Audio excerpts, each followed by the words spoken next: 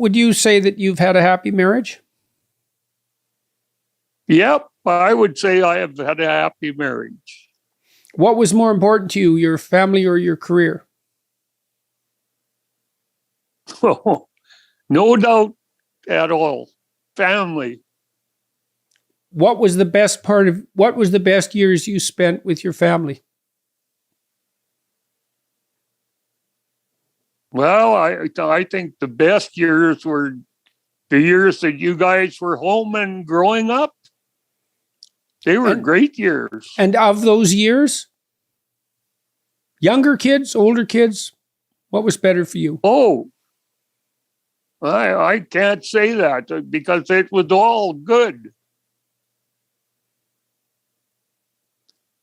No, there's no doubt that was the best time of my life.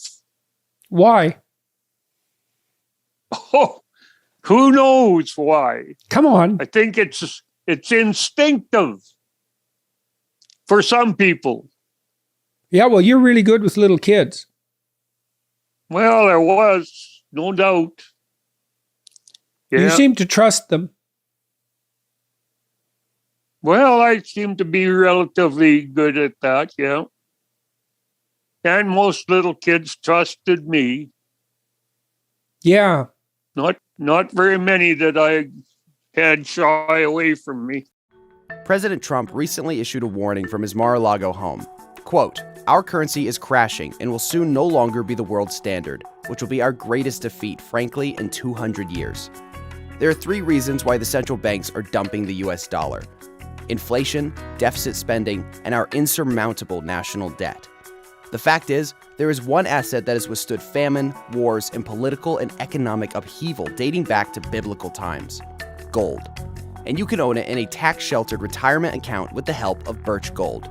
That's right, Birch Gold will help you convert an existing IRA or 401k, maybe from a previous employer, into an IRA in gold. When currencies fail, gold is a safe haven. How much more time does the dollar have? Protect your savings with gold. Birch Gold has an A+ rating with the Better Business Bureau and thousands of happy customers. Text Jordan to 989898 and get your free info kit on gold. Again, text Jordan to 989898. So you spent a lot of time with me when I was a little kid. Yeah. What do you remember about that particularly?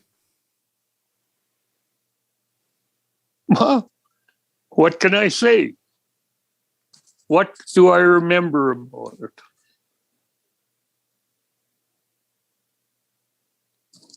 I don't know.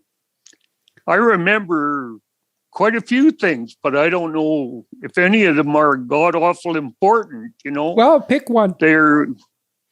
Well, I remember the time that we hatched those chicks in the porch. In Nipawin. Yeah, that was cool. Yeah. That was interesting. Pretty good. Yeah.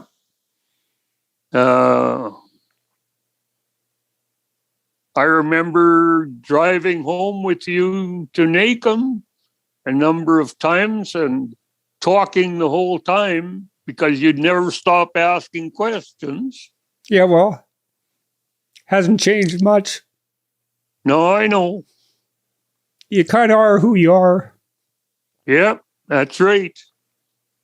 No, there were lots of good times, Jordan.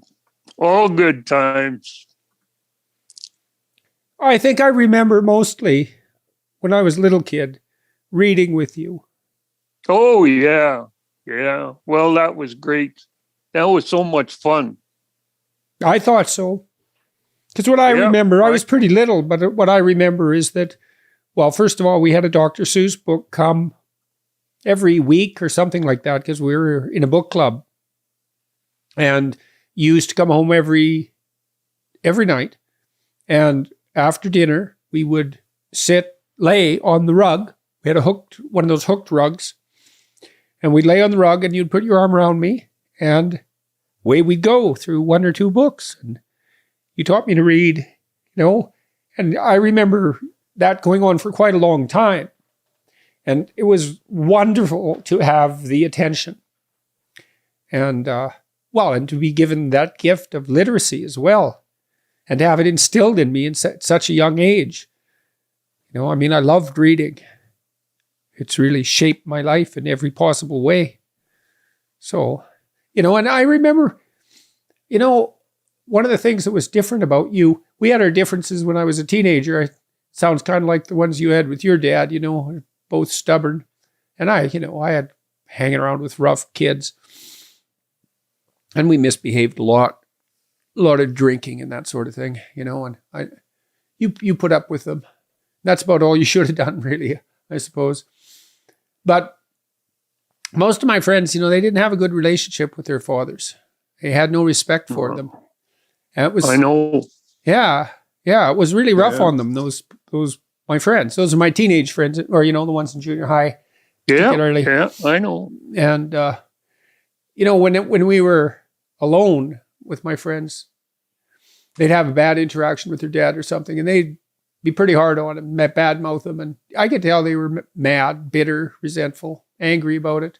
And they had their reasons, or hurt by it, or a combination of all those things, disappointed. But I never felt that way. I mean, even when we had altercations. Yeah.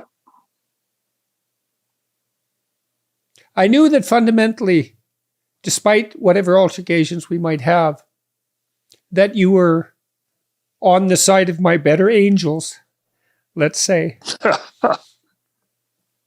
Well. Yeah, well, that's a tricky thing to manage, you know. Always that.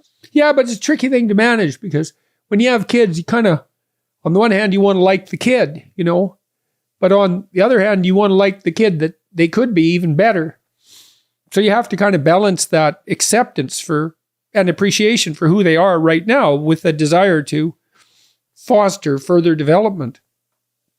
And I think mothers sort of specialize in the former and dads to some degree specialize in the latter. It's not that cut and dried, obviously. But the fact that you had belief in my potential has always been of inestimable value. And one of the things that really hurt me when I went on tour and talked to so many people was that was so lacking for so many people. You know, they didn't have someone who really had their back, like really, when the chips were down. Both you and Mom, I knew of that. I knew that was true. And that gives you kind of a foundation underneath you, you know. Well, you obviously had it with your grandparents and your mother. Yep. I don't know what it would be like to grow up without that. You know, you'd be pretty lost, pretty alone. Yeah, well, there's no doubt it would be tough. Anyhow, Mom and I always said we were young and dumb, so everything goes well.